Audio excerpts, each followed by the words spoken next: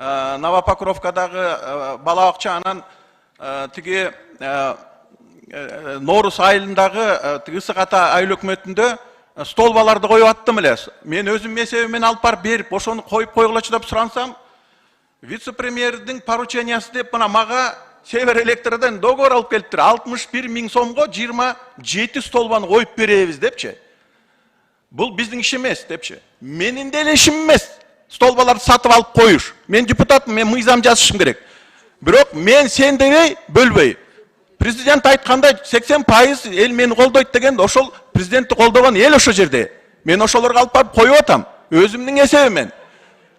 Эми менин жардамчым бар, ошолор эле жалдаган машинени жалдап барып туруп 15 000 сомго коюп келди. Буларда бет деген жок, ошол үчүн сурарарым. Бирөө тиги Мадумаровдун колун сындырардын алдында ошол келишимди жөнөткөндөр 61 000 сом дегендерди столбанын ордуна барып көмүп койгулачы ошол жерге барып. Кантип болсун ошол?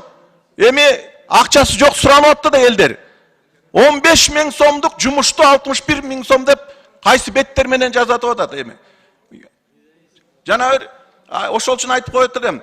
Элди бөлбөйлүк, силердики меники эми баягы колубуздан келген нерсени жазай берели да. Бөлүшпөй элечи. Ошондуктан дагы бир жол кайрылат элем.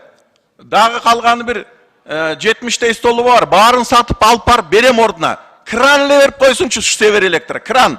Соляркасын да коюп беребиз. Ошондон бир чоң бир проблема кылбайчы. Бул бир. Анан кийин жанагы сизге 5-6 рет кайрылып атам. Ивановкадагы мектеп. 5-6 жолу сүйүнү баягы чалып коюшат. Мына бүгүн бөлөт, эртең бөлөт деп дагы эле жок. Жок дегенди жообун айтып койсунчу, качан бөлүп беришет. Ошол жерде ата-энелер чыркырап эле улам-улам чыгып атышат. Жок дегенде баягы чалып мектептин ушул 3-чү мектептин директоруна чалып койсунчу, ошол жердеги ата-энелерге айтып койсун.